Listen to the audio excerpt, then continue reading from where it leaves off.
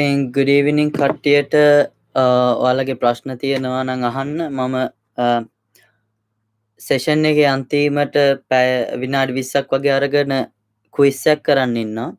ඒකට ඔයාලා කට්ටියටම එකතු වෙන්න හැකි. හරි. අපිට හිතුණ පළවෙනි ප්‍රශ්නේ දෙනවා. දැන් ඩිග්‍රී එක කරන්නේ ඒරොනොටිකල් නේද? ඔව් මම ඩිග්‍රී එක කරන්නේ ඒරොනොටිකල්.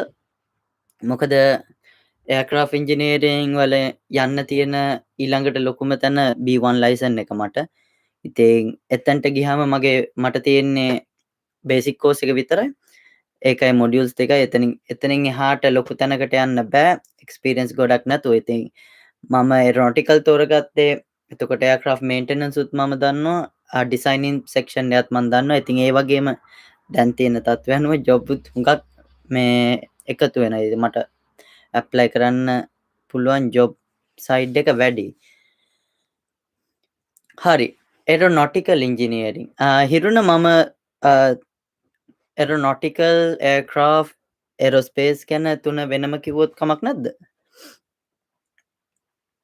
එහෙම කිව්වොත් මට ඔයාලා ඒ කියන්නේ ජොබ් කොහොමද වෙන්නේ කියලා දෙන්න ලේසි. හරි මම මුලින්ම කියන්නම්. හෙලෝ ෂෙහන්. හරි. මේ හිරුණ අහපු ප්‍රශ්නෙට තව මගින් අහපු ප්‍රශ්නයක් මම එකතු කරන්න.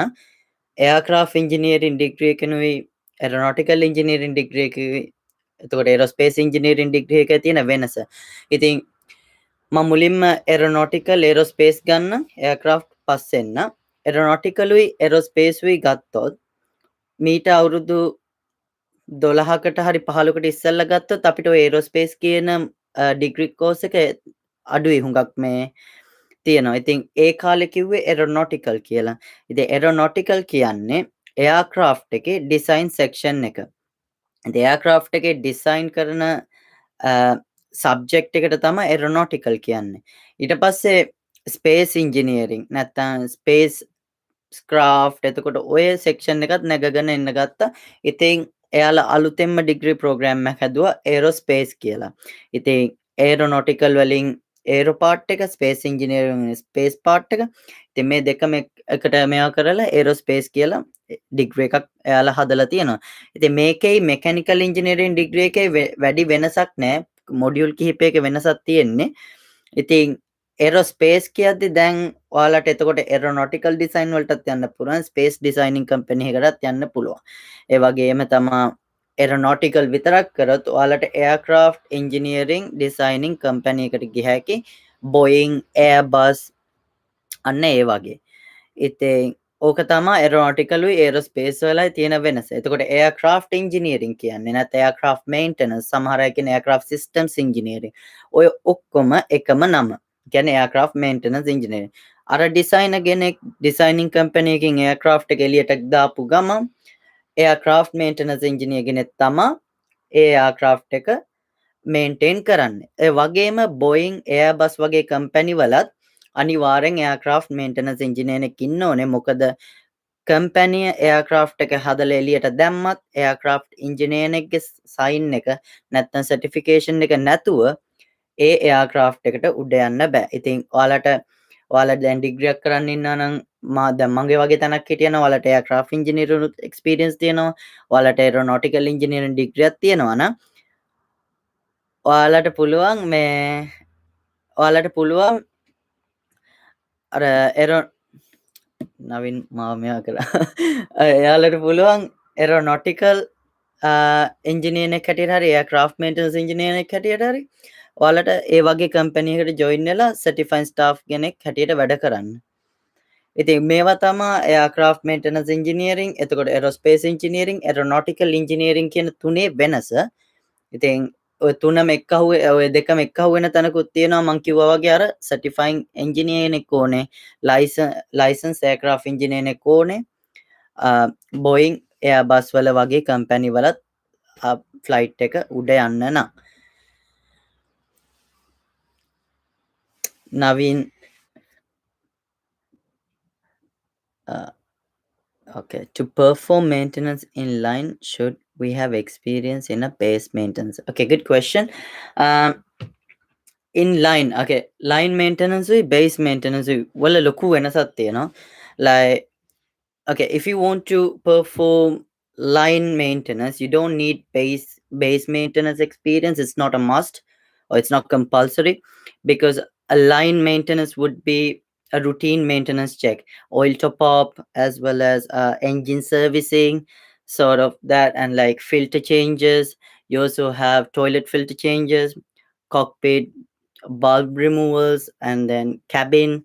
So you got like little stuff to do, but it's a routine check. But if you have base maintenance experience, it would be really easy to work in line.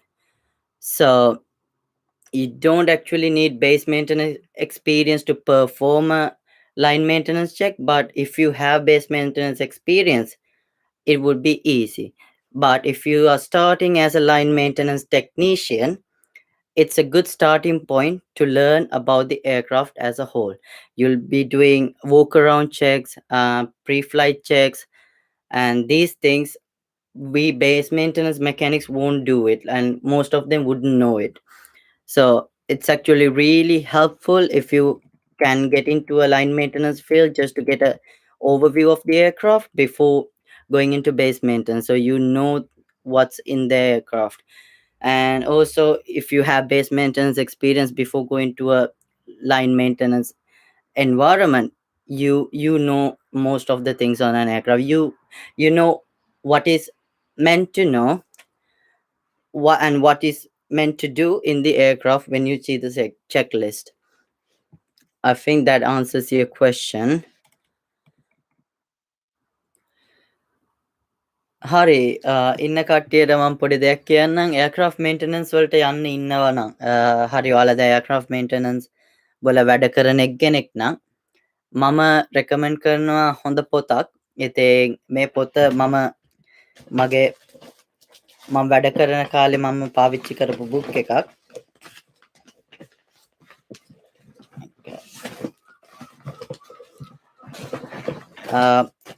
Aviation mechanic handbook කියලා. මේක පවුම් 20ක් වගේ වෙන්නේ. ඉතින් මේකේ ඔක්කොම තියෙනවා engine එකක් වැඩ කරන්නේ කොහොමද, ඔයාලා ඉලෙක්ට්‍රිකල් සයිඩ් එක දැනගන්න ඕන. හුඟක් මොඩියුල් වලට මේ පොත උදව් වෙනවා. ඔයාලට පුළුවන් නම් අරගෙන තියාගන්න එයාක්‍රාෆ්ට් මේන්ටනන්ස් වලට යනවා නම්, නැත්නම් එයාක්‍රාෆ්ට් එන්ජිනියරින් ගැන දැනගන්න ඕන නම්, මොනවාද මෙකැනික් දැනගන්න ඕනේ කියන මේ පොත හුඟක් වටිනවා. ඒ වගේම එහෙම ඒ වැඩි ගානකුත් නැහැ. ඉතින් මේකේ ඔක්කොම දේවල් තියෙනවා. අපි පාවිච්චි කරන කොම්පොසිට්, එතකොට එන්ජින්, එතකොට වයර් එක බෙන්ඩ් කරන්න පුළුවන් allowable limit එක, එතකොට ඒ වගේ hardware, එතකොට electrical part එක, wire locking, marshalling ඔක්කොම තියෙනවා. හුඟක් හොඳ පොතක්. ඔයාලා මගෙන් අහන්න හුඟක් ප්‍රශ්න වලට උත්තර මේ පොතේ තියෙනවා.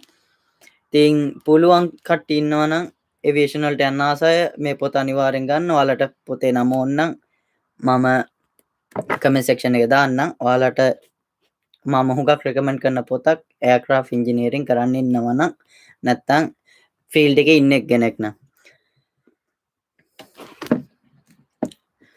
අයියා ඩිග්‍රී එකක් එක්ක පාස් 66 අප්රූව්ඩ් කෝස් එකක් කරාම මොනවාද අපිට ඇඩ්වාන්ටේජ්? හරි හිරුණ, හොඳ ප්‍රශ්නයක්. සමහර යුනිවර්සිටි ඩිග්‍රී එකක් තියෙද්දි ලොකු ඇඩ්වාන්ටේජ් එකක් නැහැ. ඔයාලගේ පළවෙනි මැත්ස් ෆිසික්ස් කියන මොඩියුල් දෙක ඔයාලට නොකර ඉන්න පුළුවන්. මොකද යුනිවර්සිටි ඩිග්‍රියක් තියෙන එක්කෙනෙක් නම් කෝස් එකට පස්සේ එනවා නම්, ඒ කියන්නේ යුනිවර්සිටි ඩිග්‍රියක් තියෙන කෙනෙක් කෝස් එකට එනවා නම්, එයා අලුතෙන් මොඩියුල්ස් ටික කරන්න බලන් ඉන්නවා නම්, එයාට මැත්ස් ෆිසික්ස් ඉලෙක්ට්‍රිකල් වගේ කියන ඒවා එක්ස්ටෙම් කරගත්ත හැකි යුනිවර්සිටි එකටයි සිවිල් ඒවියේෂන් එකට දැනුම් දීලා. එයා සිවිල් ඒවියේෂන් එකේ ඔයාලගේ යුනිවර්සිටි එකේ මොඩියුල්ස් බලනවා. ඊට පස්සේ ඒ මොඩියුල් තුන ඔයාලට මග අරින්න පුළුවන්. ඒ වගේම ඉලෙක්ට්‍රොනික් ඉංජිනේරින් ඩිග්‍රියක් තියෙන කෙනෙක් බේසික් කෝස් එකක් කරන්න ආවොත්, එයාට ඉලෙක්ට්‍රොනික් පාර්ට්, ඒ කියන්නේ ඒවියොනික්ස් පාර්ට් එක, ඉලෙක්ට්‍රොනික් ඩිජිටල් වගේව එක්සෑම් කරගන්න පුළුවන්.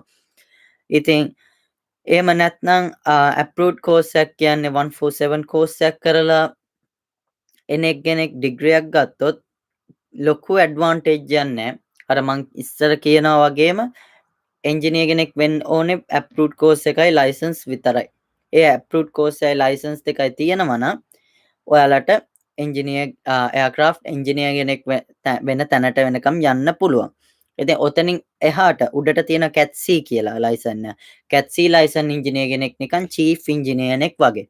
එයාක්‍රාෆ්ට් එකක් ආපුවාම අපේ B1.1 ඉංජිනේරට කරන්න පුළුවන් සෙක්ෂන්ස් වලට සයින් කරන්න විතරයි. ඒ වුණාට CAT C ඉංජිනේරට පුළුවන් මුළු එයාක්‍රාෆ්ට් එකටම සයින් කරලා MRO එකකින් නැත්නම් 1 හැංගර් එකකින් ෆ්ලයිට් එක එළියට දාන්න. ඉතින් ඔය තැනට යන්න ක්‍රම දෙකක් තියෙනවා. ඔයාලගේ ඇප්රූව්ඩ් කෝස් එකක් තියෙනවා නම් අවුරුදු 3ක් එක්ස්පීරියන්ස් අරගෙන ඔයාලට ඔය ලයිසන් එකට ඇප්ලයි කරන්න පුළුවන්. එහෙමත් නැත්නම් ඔයාලට පුළුවන් ඇප්රූව්ඩ් කෝස් එකකුයි ඩිග්‍රී එකකුයි තියෙනවා නම් ඔයාලට මාස 6යි වැඩ කරන්න ඕනේ CAT C ඉංජිනේර් කෙනෙක් යටතේ. ඉතින් ඩිග්‍රියක් තියෙන එකෙන් ගොඩක්ම උදව් වෙන්නේ ඔයාලට CAT C ලයිසන් එක ගන්න වේගේ වැඩි. ඉතින් ඔයාලා අවුරුදු 3ක් ඩිග්‍රිය කරයි. ඒ වුණාට ඔයාලා අවුරුදු 3ක් සේව් කරගන්නවා ඉන්ඩස්ට්‍රි එකට ගියාම CAT C ලයිසන් එක ගන්න. ඉතින් 10 දෙනෙක් බලාගෙන ඉන්නවා නම් අවුරුදු 3කට පස්සේ CAT C ලයිසන් එක ගන්න. ඔයාලට ඩිග්‍රිය තියෙනවා නම් ඔයාලට CAT C ලයිසන් එක ගන්න පුළුවන් මාස 6ෙන්. ඒ වුණාට ඇත්ත කතාවේදී මාස අවුරුද්දක්වත් යනවා එයා ඒ කියන්නේ ඔයාගේ CAT C ඔයාගේ ලොග් පොත සයින් කරලා ඔයාගේ CAT C ලයිසන් එක ගන්න. ඉතින් ඕක ඩිග්‍රිය ඔතන උදව්වක් වෙනවා. ඊට පස්සේ CAT C කෙන් පස්සේ කොහාටද තියෙන්නේ? CAT C කෙන් පස්සේ ඔයාලට ඇප්ලයි කර හැකි මේන්ටනන්ස් මැනේජර්, සේෆ්ටි මැනේජර් ඔය වගේ මැනේජ්මන්ට් පොසිෂන්ස් වලට ඇප්ලයි කරන්න පුළුවන්. නැත්තම් අපේ කම්පැනියේ තිබ්බේ CAT C වලින් පස්සේ මැනේජ්මන්ට් පොසිෂන්ස්. ඉතින් CAT C වලින් පස්සේ මැනේජ්මන්ට් පොසිෂන් එකට යන්න පුළුවන්. මාස්ටර්ස් ඩිග්‍රී එකක් නැත්නම් බිස්නස් ඇඩ්මිනිස්ට්‍රේෂන් නැත්නම් මැනේජ්මන්ට් ඩිග්‍රී එකක් තියෙනවනේ. ඉතින් මැනේජ්මන්ට් මාස්ටර්ස් එකක් ගන්නෙ කොහොමද? ඔයාලට ඩිග්‍රී එකක් ඕනේ පටන් ගැනීම ඩිග්‍රී එක. ඉතින් පටන් ගන්න ඩිග්‍රී එක තියෙනවා නම් ඔයාලට පුළුවන් මැනේජ්මන්ට් මාස්ටර්ස් එකක් ගන්න. ඉතින් එතනින් ඔයාලට වේගෙන් ඔයාලට මැනේජ්මන්ට් පොසිෂන් එකට යන්නත් පුළුවන්. ඉතින් ඩිග්‍රී එකේ ඕක තමයි තියෙන ලොකුම වටිනාකම. හිතන්න ඔයා ඩිග්‍රී එක කළාට ජොබ් එකක් හම්බුන්නේ නැහැ ක්‍රාෆ්ට් ඉංජිනේරින් වල. ඉතින් ඔයාලට කරන්න පුළුවන් එකම දේ ඔයාගේ ඩිග්‍රිය තියෙනවා ඒක ඕනම ෆොරින් මිනිස්ට්‍රි එකකින් ඇප්රූව්ඩ් වෙලා වෙනවා. මොකද යුනිවර්සිටි ඩිග්‍රියක් ඔයාලගේ රටේ ෆොරින් මිනිස්ට්‍රි එකකින් ඇප්රූව් කරගත්තාම ඔයාලට ඒ ඩිග්‍රිය පාවිච්චි කරන්න පුළුවන් ලෝකේ ඕනම තැනකට. එයාලගෙත් වෙනම රික්වයර්මන්ට්ස් තියෙනවා එක එක රටවල් වල. ඉතින් ඔයාලට වෙන රස්සාවකට යන්න පුළුවන්. ඔයාලට එයාක්‍රාෆ්ට් ඉංජිනේරින් ෆීල්ඩ් එකට යනකම් නැත්තම් ඩිග්‍රියක් තියෙද්දි ඔයාලට හුඟක් දේවල් ඕපන් වෙනවා. ඉතින් මම ඒක හැමෝටම කියන්නේ ඩිග්‍රී එකකට යන්න ඇප්රූව්ඩ් කෝස් එකක් කරන්න පුළුවන් නම් ඇප්රූව්ඩ් කෝස් එකේ ඩිග්‍රී එකකුයි තියෙනවා නම් ඔයාලට යන්න පුළුවන් වේගය වැඩි, එයාක්‍රාෆ්ට් වලත් වැඩි, පිටිනුත් වැඩි. මොකද ඩිග්‍රියක් හුඟක් උදව් වෙනවා ඉස්සරහට. Hello මල්ලියා.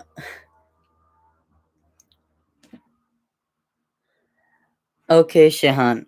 Good question. Oh, where can you get your maintenance experience? Maintenance experience ගන්න හුඟක් companies තියෙනවා. දැන් ඒක හොයන්න එකම ක්‍රමයක් තමයි ඔයා කෝස් එක කොහෙ කරත් කමක් නැහැ. ඔයා බලන්න ඔයා ලංකාවේ ඉන්නවා නම් ලංකාවේ aviation schools ඔයාලව maintenance experience දාන තැන් ගැන හොයලා බලන්න. කොහෙද maintenance experience දෙන්නේ. ඉතින් ඔයා එක තැනකින් ඔයාගේ අනිවාර්යෙන් ඔයා කෝස් එකක් කරනවා නම් එයාලා මාස 6ක මිනිමම් මාස 6ක එක්ස්පීරියන්ස් එකක් දෙන්න ඕනේ ලයිව් එයාක්‍රාෆ්ට්ස් වල. ඉතින් ඕක හම්බුනේ නැත්නම් ඔයාලා බොරුවට ගෙවන එකෙන් වැඩකුත් නැහැ. ඉතින් ලයිව් එයාක්‍රාෆ්ට්ස් වල එක්ස්පීරියන්ස් දෙන තැනක් තියෙනවා නම් ඔයාලගේ කෝස් එකෙන් පස්සේ අන්න ඒ කෝස් එක හොඳයි. ඉතින් ඔයා මාස 6ක කෝස් එකෙන් පස්සේ ඔයා දන්නවා දැන් ඔයා ඊට පස්සේ හොයලා බලන්න අනිත් ස්කූල්ස් දැන් ලංකාවේ වෙනත් ස්කූල්ස් තියෙනවා ඒවල මේන්ටනන්ස් එක්ස්පීරියන්ස් දෙන්නේ කොහෙද කියලා. ශ්‍රී ලංකන්ම වෙන්න ඕනේ ෆිට්සයා කියලා එකක් තියෙනවා. ඉතින් ඔය තැන් වලට කතා කරන්න. ඉතින් ඔය තැන් වලට කතා කරලා කියන්න මට මේන්ටනන්ස් එක්ස්පීරියන්ස් ඕනේ. හුඟක් ලංකාවේ තැන් වල ගෙවන්නේ. ඒ එක්ස්පීරියන්ස් එකක් ගන්න පුළුවන් නම් කීයක් හරි ගෙවලා හරි මොකද ඒක වටිනවා. මොකද ඔයාලා එක අවුරුද්දක් හරි ඉස්සරහට යන ඔයාලගේ අවුරුදු 5ක් ඔයාලා B1.1 කරනවා නම් නැත්නම් part 147 නම් ඔයාලට අවුරුදු 3ක එක්ස්පීරියන්ස් නැත්නම් අවුරුදු 2ක් ඕනේ. ඉතින් ඒ අවුරුදු දෙකෙනුත් එකක් විතර අපිට මේවා කරගත්ත හැකි. ඒ වගේම තව තැනක් බලන්න මේන්ටනන්ස් එක්ස්පීරියන්ස් ගද්දි එයාලා EASA 147 approved නැත්නම් එයාලගේ ඉන්ජිනියර්ස්ලාට EASA ලයිසන් තියනවාද කියලා. මොකද පොඩි ප්‍රශ්නයක් එනවා. ඔයාලා සිවිල් ඒවියේෂන් එකකට යුරෝප් සිවිල් ඒවියේෂන් එකට ඔයාලගේ මේක අරිද්දි හුඟක් රටවල් බලන්නේ EASA approved engineer කෙනෙක්ද සයින් කරලා තියෙන්නේ කියලා. ඒ වගේම EASA 147 වලට අයත් කම්පැනියක්ද ඔයාලගේ කම්පැනි එක. මොකද ඔයාලා ලොග්බුක් පුරවද්දී ඔයාලට ටාස්ක් කාඩ් එකක් එනවා. ඔයාලා ටාස්ක් කාඩ් එකේ ටාස්ක් නම්බර් ඔයාලා ඔක්කොම දානවා ඔයාලගේ ලොග්බුක් එකේ. ඔයාලා ඒ ගැන ඒ ගැන තවත් දැනගන්න ඕන මම වීඩියෝක් වෙනම කරලා තියෙනවා ලොග්බුක් එකක් පුරවන්නේ කොහොමද කියලා මගේ channel එකේ ඇති. ඉතින් මේ ලොග්බුක් එක පුරවද්දී ඔයාලට වෙන තව දෙයක් තමා එයාලට චෙක් එකක් ස්පොට් චෙක් එකක් කරන්න ඕන ඔයාලගේ ලොග් පොතේ ඔයාලා ලියලා තියෙන හරියද කියලා. ඉතින් එයාලා එක තැන් වලින් ඔයාලගේ වර්ක් ස්කෙඩියුල් අරගෙන බලයි. ඊට පස්සේ ඔයාලගේ 147 නම් ඔයාලගේ කම්පැනි එක 145 EASA approved කම්පැනි එක නම් EASA කට්ටියට හොයන්න පුළුවන් ඒක. එයාලා ඊමේල් එකකින් හරි අපිට මේ දවස්වල මෙයා කරපු මේන්ටෙනන්ස් වල ටාස්ක් කාඩ්ස් එවන්න. හරි. දැන් ඔයා එතකොට ඔයාලා දේවල් දෙකක් දැනගන්න ඕන. ඔයා ඉන්ටර්න් කෙනෙක්ද නැත්නම් ඔයා paid පඩියකට වැඩ කරන එක්ගෙනෙක්ද කියලා. කියන්නේ paid technicians ලා unpaid technicians ලා කියලා දෙන්නෙක් ඉන්නවා. unpaid technician කෙනෙක් කියන්නේ එක්ක junior technician කෙනෙක් නැත්නම් ඉන්ටර්න් කෙනෙක්. නැත්නම් paid technician කෙනෙක් කියන්නේ full time technician කෙනෙක්. ඉතින් full time technician කෙනෙක්ට ඕනම කම්පැනි එකකින් approval එකක් හම්බ වෙනවා. ඒ approval එකත් එක්ක stamp එකක් හම්බ වෙනවා. ඉතින් ඔයාලා හිතන්න ෆිල්ටර් එකක් චේන්ජ් කර එයාක්‍රාෆ්ට් එකේ ෆිල්ටර් එක චේන්ජ් කරපුවම ඔයාලා ටාස්ක් කාඩ් එක තියෙනවා. ඔයාලා ඒක ස්ටෑම්ප් කරලා ඔයාලගේ අස්සන ගහන්න ඕනේ. ඉතින් ඒකයි මගේ අර ලොග්බුක් වීඩියෝ එකේ මම ඔයාලට එතන කියනවා ටෙක්නීෂියන් කෙනෙක් හැටියට ඔයාලට ලියන්න එක විදිහක් තියෙනවා ඉන්ටර්න් කෙනෙක් හැටියට ලියන්න තව විදිහක් තියෙනවා. ඉතින් ওই දෙකත් බලන්න මොකද ඔයාලා ඉන්ටර්න් කෙනෙක් හැටියට ලියද්දී ඔයාලා ලියන්න ඕනේ assisted observed participated කියලා විතරයි. ඒ වගේම ඔයාලා paid technician කෙනෙක්ට full time technician නැත්නම් stamp එකක් තියෙන කෙනෙක් නම් ඔයාලට ලියන්න ඕනේ perform නැත්නම් carried out කියලා ඔයාලා ලියන්න පුළුවන්. එතකොට ওই දෙක තියෙද්දි CA එකේ දන්නවා සිවිල් ඒවියේෂන් එක දන්නවා හරි. මෙයා මේ කම්පැනියේ වැඩ කරන කෙනෙක්. මෙයා ඉන්ටර්න්ෂිප් එකක් කරන කෙනෙක් කියලා එයාලට ඒකෙන් ඒක හොයාගන්න පුළුවන්. ඉතින් ඕකෙන් හොයලා එයාලා කිව්වත් හරි අපිට මේ ටාස්ක් කාඩ්ස් ඔයාලා අපිට මේ ඔයාලගේ කම්පැනියට එවනවා. හරි අපිට මේ ටාස්ක් කාඩ්ස් ඕනේ. ඉතින් ඔය ටාස්ක් කාඩ්ස් එයාලා අරපුවාම ඔයා දාලා තියෙනවා නම් carried out as per කියලා ඔයා උනාට ඉන්ටර්න් කෙනෙක්. එතනදී යාලට ප්‍රශ්න කරන්න පුළුවන් ඔයා කොහොමද ඉන්ටර්න් කෙනෙක් කොහොමද පර්ෆෝම් කරන්නේ මේ වගේ ටාස්ක් එකක්. අනික ඔයා ඉන්ටර්න් කෙනෙක් නෝට ස්ටෑම්ප් එක නැහැ. ඔයාගේ අස්සන වෙනස්. එතකොට ඔයාගේ එන්ජිනියර්ගේ අස්සන වෙනස්. ඔයාගේ ටෙක්නීෂියන්ගේ අස්සන වෙනස්. ඉතින් ඔයාගේ නමක් ඒ ටාස්ක් කාඩ් එක ගෑවිලාවත් නැහැ. අන්න එතනදී ඔයාලා ලියන්න ඕනේ observed participated නැත්නම් assisted කියලා. නැත්නම් එයාලට ඒ ටාස්ක් කාඩ් මෙයා වෙන්න පුළුවන් හුඟක් දේවල් වෙලා තියෙනවා. හුඟක් අයට ලයිසන් එකට තව එක්ස්පීරියන්ස් ඉල්ලලා තියෙනවා. මොකද එයාලගේ නම නැති ටාස්ක් කාඩ්ස් වලට එයාලා ලොග් පොතට දාලා. ඉතින් ඕක ඔළුවේ තියාගන්න ඕන හරියට ඔයාලා ටෙක්නීෂියන්ද ඔයාලා ඉන්ටර්න්ද. ඉතින් ඔය ටික මතක තියාගන්න ලොග්බුක් පුරවන්න. මම ප්‍රශ්නෙන් එළියට ගියා. ඔයාගේ ප්‍රශ්නෙට ඔයාගේ ප්‍රශ්නෙට උත්තරේ ෂෙහාන්. ඔයා ඔය රිසර්ච් එක කරොත් හුඟක් පාකිස්තාන් වල PIA එකේ ඉන්ටර්න්ෂිප්ස් දෙනවා. ඉතින් ඔයාලා එයාලට ඊමේල් එකක් කරොත් එයාලා ඔයාලට විස්තර දෙයි. එයාලගේ unpaid ඒත් ඔයාලට එහෙටත් ගිහිල්ලා වැඩ කරන්න පුළුවන්. මන් ළඟ ඊමේල් එක තිබ්බා ඕන කට්ටිය ඉන්නවා නම් මට මැසේජ් එකක් දාන්න පර්සනලි මම ඔයාලට ඊමේල් එකේ වන්නම්. I completed my higher diploma in AME at Sinek campus. They're providing OJT for 2 years in India. Is it worth to do the OJT in India? Anywhere it is, it doesn't matter. But you need to check two things. Are they EASA approved organization or do they have any engineers who have an EASA license? That is when you fill in your European logbook. If you're not filling a European logbook, it doesn't matter. Just have to check. If you're planning on filling up your Sri Lankan logbook, you just have to check if there's any affiliations with our civil aviation Sri Lanka with the Indian civil aviation. I don't know what they're called. You have to check that.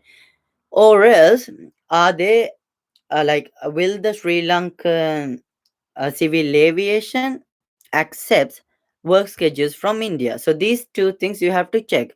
Otherwise, you don't want a 2 years of waste experience on your logbook when you can't actually apply for your license.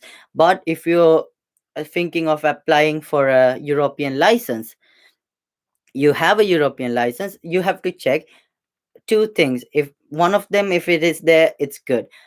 Either your logbook has to be signed by a European license holder, or the company that you're going has to be under one part 145. So if you can check these two, it doesn't matter where you do the experience. If you can fill it in your logbook, 2 years of experience, it's amazing. You can't get it from anywhere. So if you can get 2 years of experience, and if the company is a good company, it's not a fraud, it's a good one to do. So I strongly recommend, if they're giving 2 years of experience in India, just check these things, whether they are part 145 approved from YASA, or whether they have engineers who can sign your logbook. And also, will they allow you to sign your logbook? Because some companies, they don't entertain any trainees to sign the logbook from their company. So you need these two things, you really have to check with them. I hope I answered your question, Shehan. Yeah, the answer is 2 years of experience. They are amazing, because at the end of the day, it's not your basic course which counts. It's not how many degrees you have. It's not how many master's programs you have. It's your experience. That's why when you do your CV, actually, I'm gonna show you guys in my next video how to do a proper CV. So in when you do your CV, you actually put your experience first, and then comes your educational qualification.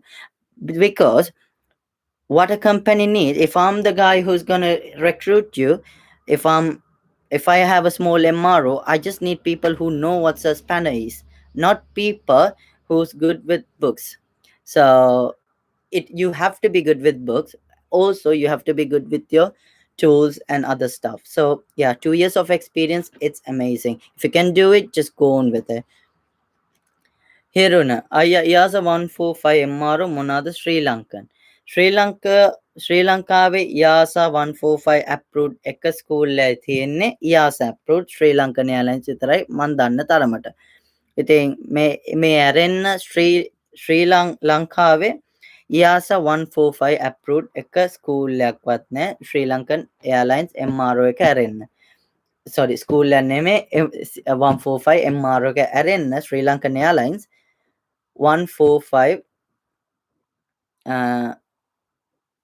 EASA 145 organisation එකක් නැහැ.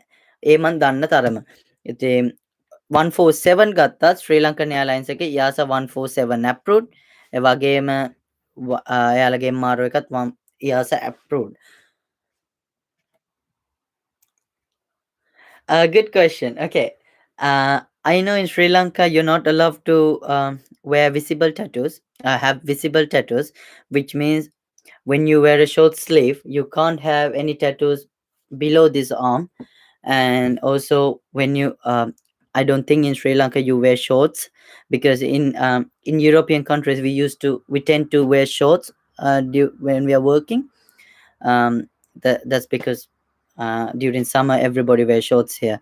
So in Europe it doesn't really matter to have a tattoo, but in Sri Lanka it's considered something not to have, as far as I know, in visible places. So other than that, I don't think it really matters. Even I got a small tattoo, it's not that big, if you can say. Yeah.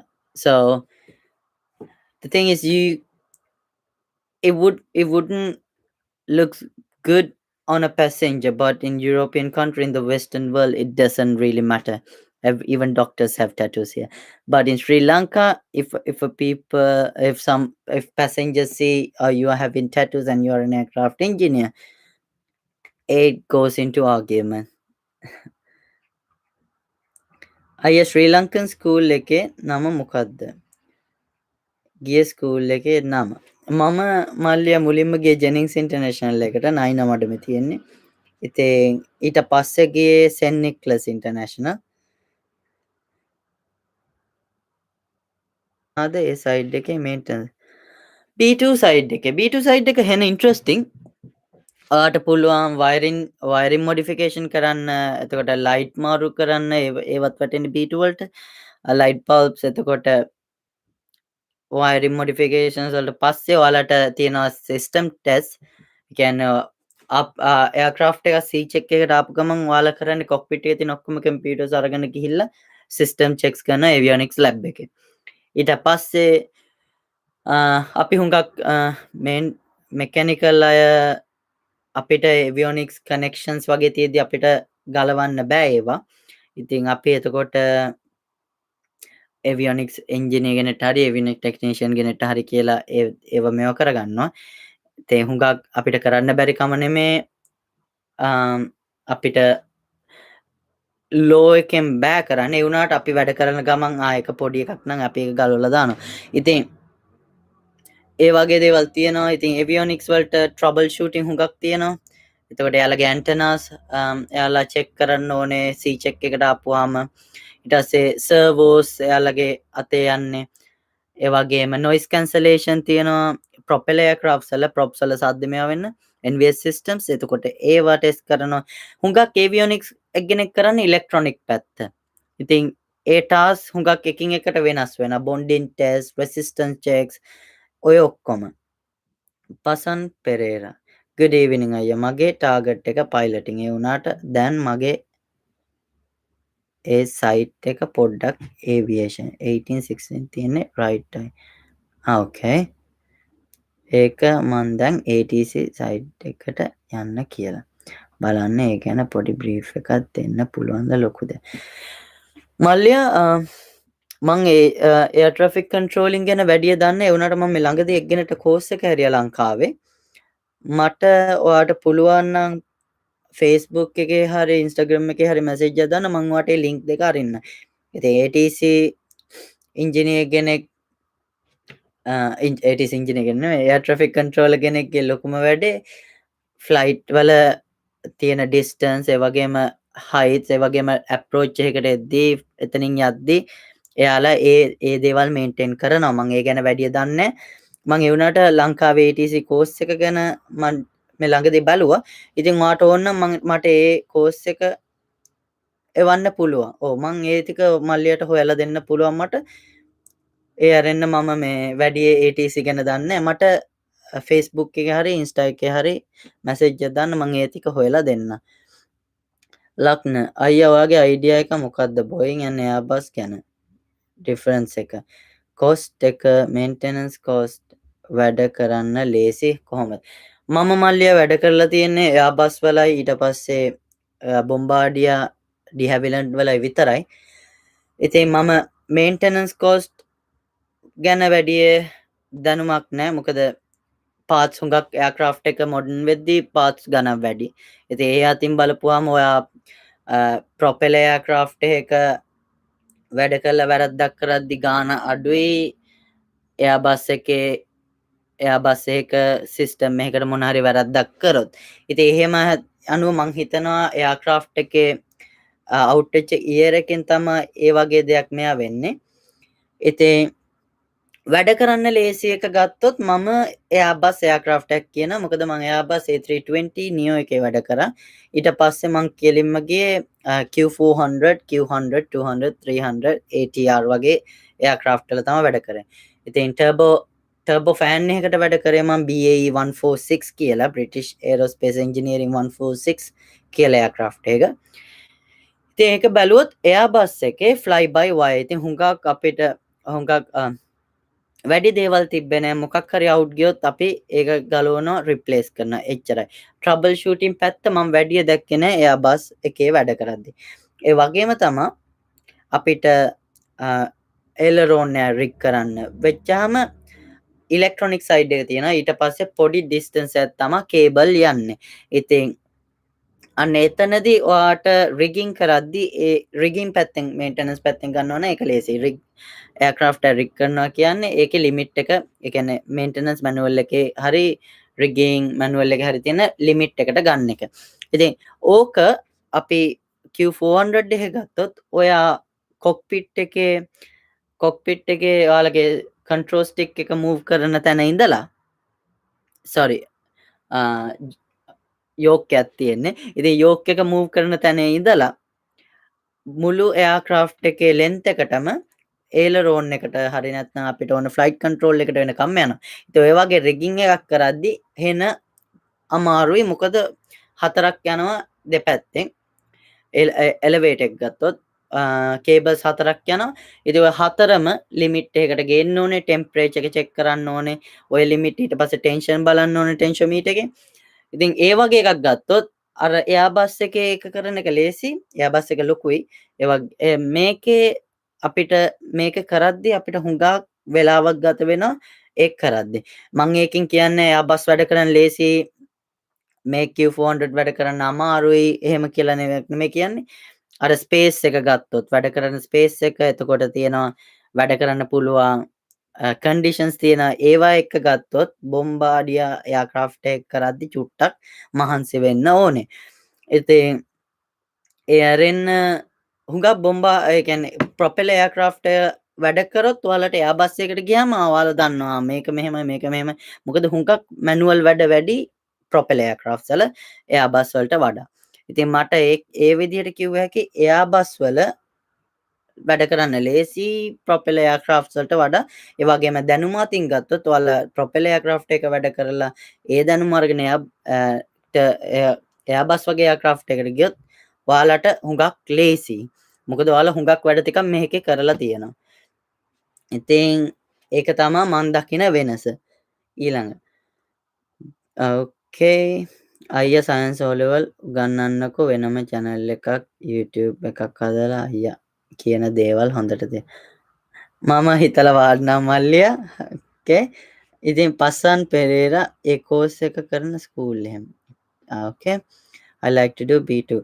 හොඳයි මල්ලියා හිරුණා B2 කරනවා නම් B2 ඉස්සරහට හුඟක් මේකක් හුඟක් අය B2 පැත්තට යන්නවා අඩුයි ඉලෙක්ට්‍රොනික් පැත්තට. ඒ ඇරෙන්න B2 වලට එහෙම ජොබ්ුත් මං හිතනවා වැඩි කියලා B2 වලට B1 එකට වඩා. මොකද හැමෝම B1 එකට ගියොත් යන්නේ මෙකැනිකල් කරන්න. ඉතින් B2 කරන එක හොඳයි කියලා මං හිතනවා. ඒවා වාට පුළුවන් නම් B1 මොඩියුල්ස් උත් කරන්න හම්බෙන්න ජොබ් එකකට යන්න පුළුවන්. පසන් එයාක්‍රාෆ්ට් මේන්ටනන්ස් ඉන්ජිනියරින් ලංකාවේ වර්ක් කරද්දි නෝමල් වර්කින් අවර්ස් මැද තියෙන්නේ. මං හිතන්නේ ෂිෆ්ට්ස් තියෙන්නේ. මං දන්නේ ලංකාවේ කොහොමද ෂිෆ්ට්ස් යන්නේ කියලා. හුඟක් රටවල් වල 5 day shifts වැටෙනවා 8 hours. නැත්තම් 4 in 4 off වැටෙනවා 12 hours. ලංකාවේ කොහොමද වෙන්නේ කියලා පසන් මම දන්නේ නැහැ. okay. අයියා මම B2 කරන්න මම කැමති හෙලිකොප්ටර් සයිඩ් එකට යන ඉගෙන ගන්න. ඒ සයිඩ් එකට යන්න ඕනේ නම් මේකෙන් පස්සේ මොකද මල්ලියා හොඳ ප්‍රශ්නයක්. මොකද ඕක මට ඔයා ඔය කියපු දේම මං AI එකේ වැඩ කරන කාලේ ඒවියොනික්ස් ඉංජිනේර් කෙනෙක් කරා. ඉතින් ඔයාලට වෙනම මොඩියුල් එකක් කරන්න ඕනේ හෙලිකොප්ටර් වලට යන්න. ඉතින් මෙකැනිකල් කරන කෙනෙක්ට හෙලිකොප්ටර් වලට යන්න වෙනම මොඩියුල් 12 නෑ මොඩියුල් 12 නෙමෙයි හෙලිකොප්ටර් මොඩියුල් එක කරන්න ඕනේ. මට මොඩියුල් එක මතක නෑ. ඉතින් හෙලිකොප්ටර් මොඩියුල් එක කරන්න ඕනේ B1.1 කරන කෙනෙක්ට අපිට යන්න ඕන නම් හෙලිකොප්ටර් සයිඩ් එකට. ඒ වුණාට ඒවියොනික්ස් ඉංජිනේර්නෙට හරි ඒවියොනික්ස් ටෙක්නීෂියන් කෙනෙක්ට හරි හෙලිකොප්ටර් වලට යද්දි වෙනම මොඩියුල් එකක් කරන්න ඕනේ නැහැ. මොකද බේසික් ඒවියොනික්ස් සිස්ටම්ස් තමයි දෙකේම පාවිච්චි වෙන්නේ. ඉතින් ඔයාලට වෙනස් වෙන්නේ ඔයා හෙලිකොප්ටර් තැනකට ගිහාම ඔයාලට හම්බෙන ට්‍රේනින් එක වෙනස්. ඉතින් ඒක ඔයා ජොබ් එකක් ඔයාට ඊළඟට කරන් තියෙන්නේ ජොබ් ඔයාට හෙලිකොප්ටර් යන්න ඕන නම් ජොබ් එකක් හොයාගන්න විතරයි. අනික තව දෙයක් තමයි හුඟක් ලංකාවේ අය ෆ්ලයිට් එකකටම යන්නේ හෙලිකොප්ටර් රොටෝක්‍රාෆ්ට් උත් ඇවිල්ලා හොඳ ෆීල්ඩ් එකක් වැඩ කරන්න. මම දන්න හුඟක් අයියලා වගේක් ලංකාවේ ගල්ෆ් එකේ ඩුබායි වල වැඩ කරනවා. ඉතින් හොඳයි එයාලගේ වැඩ කරන්න තියෙන මේක එයාලා මං හිතන්නේ මට මතකද 6 months වැඩ 6 months එයාලා ගෙදර මං හිතන්නේ paid. ඉතින් හෙලිකොප්ටර්ස් උත් හොඳයි හුඟක් අය යන්නේ. හුඟක් අය දන්නේ ෆික්ස් වින් එයාක්‍රාෆ්ට්ස් විතරයි. ඉතින් පුළුවන් නම් රොටෝක්‍රාෆ්ට් යනවා නම් ඒකත් හොඳයි. මොකද හුඟක් ඔපචුනිටිස් දෙනවා. අන්න දැන් ඒ වගේ බලන්න ඕන අපි එයාක්‍රාෆ්ට්ම කියලා එයාක්‍රාෆ්ට් එකටම යන්න බැරුව ගියොත් තව සෙක්ෂන්ස් තියෙනවා යන්න. ඉතින් ලක්න ඔයා වැඩිය මුකුත් කරන්න ඕන නැහැ. හිරුණ ඔයාට විස්තර දැනගන්න ඕන නම් B2 මොඩියුල්ස් ගැන ලක්නගෙන් අහන්න. එයා මොඩියුල්ස් කරන ගමන් ඉන්නේ. ඔයාට හුඟක් දේවල් දැනගන්න පුළුවන්. O level results මොනවාද? මම O level fail ශමිදු.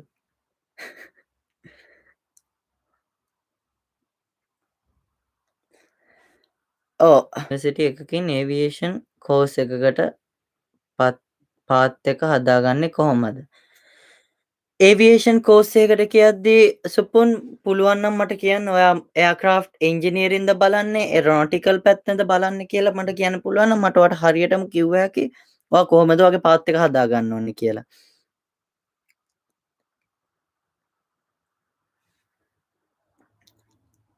Okay, thank you very much. It's great to meet you. I'll put a message in Insta. Yeah, thank you for joining, Pasan.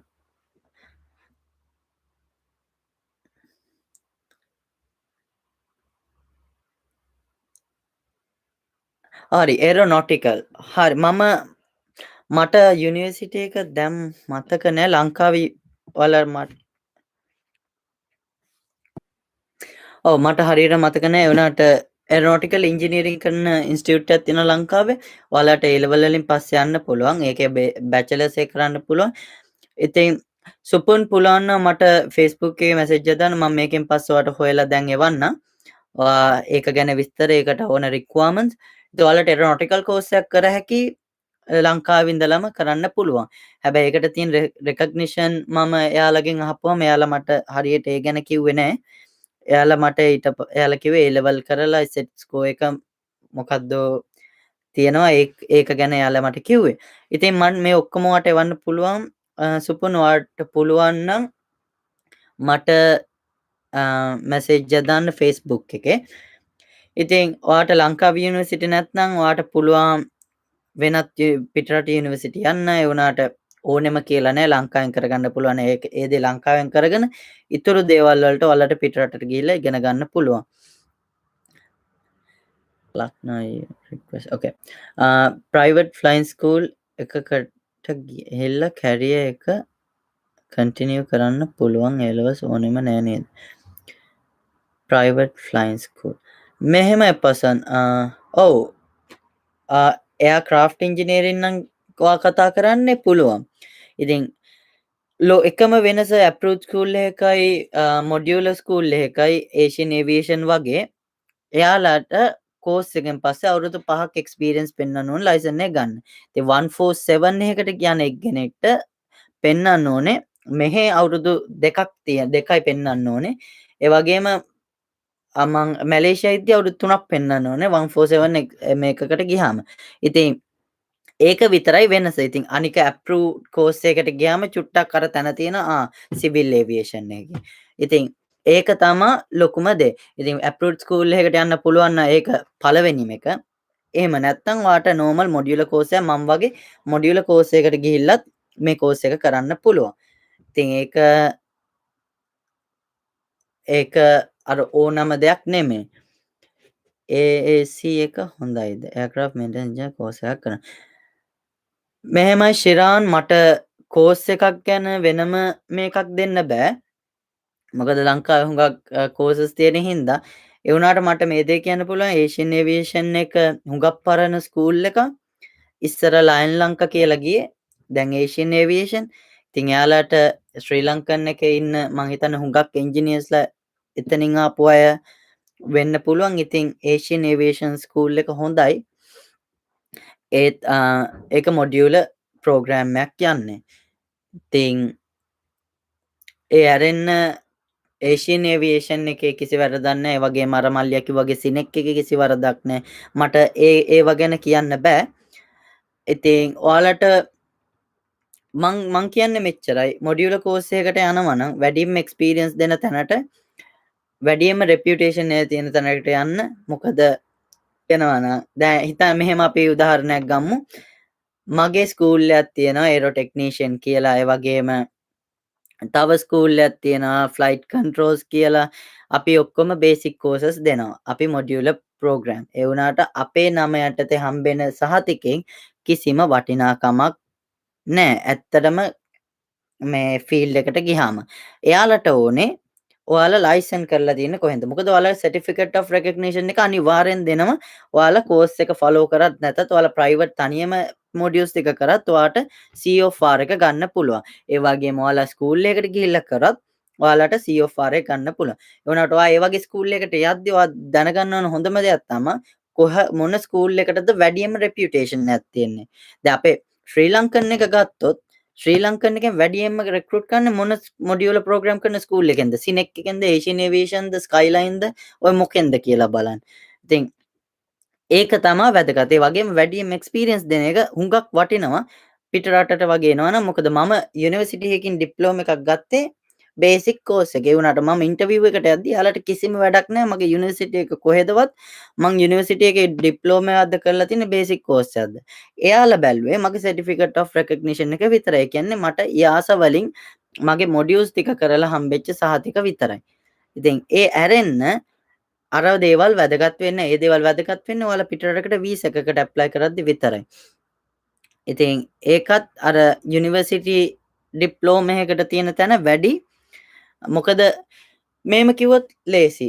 අපේ බේසික් කෝස් එකක් රෙකග්නයිස් කරන්නේ civil aviation එකකින්. ඔයාලට පුළුවන් නම් education ministry එකෙන් එක මේව කරගන්න. ඒක හොඳයි.